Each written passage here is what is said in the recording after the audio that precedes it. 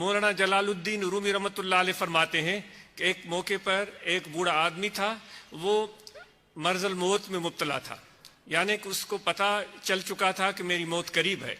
اس کے 5-6 یا اس سے زیادہ کم و بیش بچے تھے۔ اس نے ان سب کو بلایا اور چاہا کہ ان کو کچھ ہدایت کرے، کچھ رہنمائی دے۔ ہماری رہنمائی تو صرف تقریروں تک محدود ہوتی ہے نا۔ سچی بات یہ ہے کہ یہ تقریریں کرتے ہوئے کوئی تبدیلی آج تک آ نہیں سکی، صرف باتیں ہوتی ہیں۔ بہت کم موقع ہوتے ہیں، بہت کم، آپ ضرور سوچئے گا، بہت کم موقع ہوتے ہیں کہ گفتگو جس طرح ہم آج کل کرتے ہیں ان سے کوئی بہتری رونما ہوئی ہو۔ اس پیر سن نے سوچا کہ میں ان کو تقریر بھی نہ کروں اور ان کو میں ایک اچھی رہنمائی بھی دوں۔ بڑے بیٹے کو کہا کہ ایک لکڑی لے آؤ، لکڑی کا گٹھڑا لے آؤ۔ وہ گٹھڑا لے کر آیا۔ اس نے کہا ایک لکڑی اٹھاؤ، اس نے اٹھایا۔ رومی فرماتے ہیں اس کو کہا کہ اس کو توڑو۔ اس نے توڑا، وہ ٹوٹ گئی 2 حصوں میں۔ دوسرے کو کہا تم بھی توڑو، ٹوٹ گئی۔ تیسرے کو دیا، اس نے بھی توڑ دیا۔ پھر اس نے کہا 2 لکڑیوں کو اٹھاؤ۔ اب ایک لکڑی کے بعد 2 لکڑیاں ایک ساتھ، وہ 4 بھائی تھے غالباً۔ اس نے کہا ان کو توڑو۔ دونوں کو ملا کر اس نے جب توڑنے کی کوشش کی تو ٹوٹ تو گئی، لیکن اس کو طاقت لگانی پڑی۔ اس طرح دوسرے کو بھی کہا، تیسرے چوتھے کو بھی۔ پھر اس نے کہا 3 لکڑیاں اٹھاؤ۔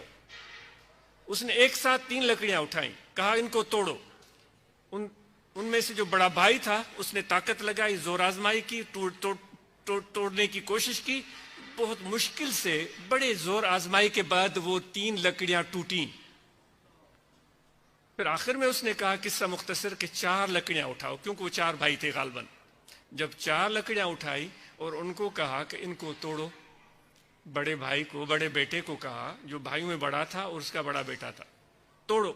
اس نے پوری طاقت لگائی، اسی کے پسینے بہنے لگے، ہاتھ پاؤں ٹانگوں کا زور سب اس نے لگایا، لیکن وہ 4 لکڑیاں ایک ساتھ ٹوٹ کر نہیں دی۔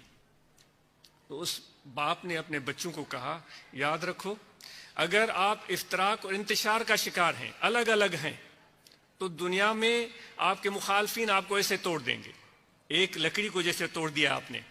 اگر 2 مل کر ساتھ رہیں گے تو زیادہ مضبوط، لیکن پھر بھی آپ کمزور ہیں۔